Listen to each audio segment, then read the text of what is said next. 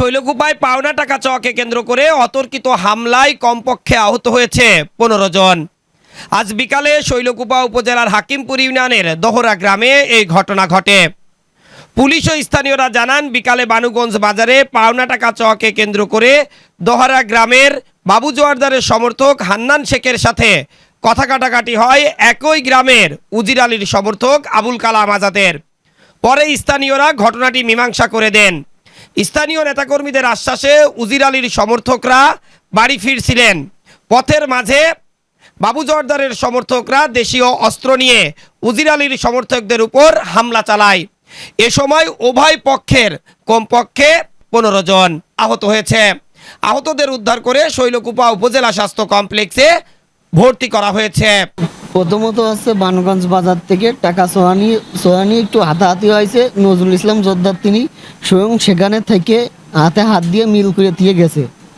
পরে বাবু জোদ্দার তার লোকজন নিয়ে বাড়ি এসে তার দোকানের সামনে বসেছিল এবং হচ্ছে আমার এক নজরুল চেয়ারম্যান আমার বাড়ি চলে যাতি বলে। তখন আমার চাচা উজির আলী মেম্বার সহ 2-3 জন তারা বাড়ি আসতি তার ওই বাড়ির সামনে ওই বাবু জোদ্দার তার বাড়ির সামনে গিয়ে তার ভাই ভাইদের নিয়ে সবাইকে নিয়ে ওই আতর্কিত নাম দাওটাও দিয়ে ঢালবেলা নিয়ে ইট দিয়ে তারে মারে।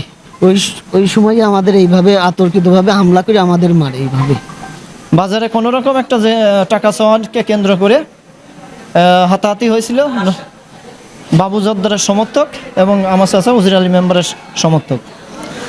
তো এই দুজনের মধ্যে পাওনা টাকা চাওয়াকে কেন্দ্র করেই হাতাহাতি হয়েছিল। নজরুল ইসলাম জোয়ারদার তাৎক্ষণিকভাবে সেখানে উপস্থিত ছিল। থাকার পরে সে দুজনকে ডেকে বিষয়টা সমাধান করে দেয়।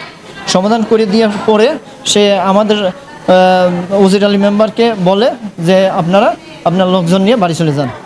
কিন্তু আমরা বাড়ি চলে তার কথা মতো নজরুল ইসলাম জোয়ারদার দল আমরা করি, তার কথা মতো আমরা চলি। এই কথা অনুসারে আমরা যখন আমাদের 4-5 জন লোকজন নিয়ে আমার চাচা উজির মেম্বার সহ আমার ছোটো ভাই আমার আরও চাচা 5 থেকে 7 জন এরা বাড়ি চলে আসতেছে এবং বাবু জোদ্দারের লোকজন এবং বাবু জোদ্দার স্বয়ং নিজে দাঁড়ায় থেকে তার ভাইটায় দিয়ে দেশীয় অস্ত্র ঢাল সরকি ইট বাটাম এবং দেশীয় অস্ত্র সহ তারা রাস্তায় যারা থাকে তাদের যখনই তাদের বাড়ির ওভারটেক করে আমাদের বাড়ি আসতে হয়, যখনই তাদের বাড়ির সীমানায় আসা হয় তারা অতিরিক্তভাবে তারা ঢাল সরকি অস্ত্র এবং ইট দিয়ে হামলা করে।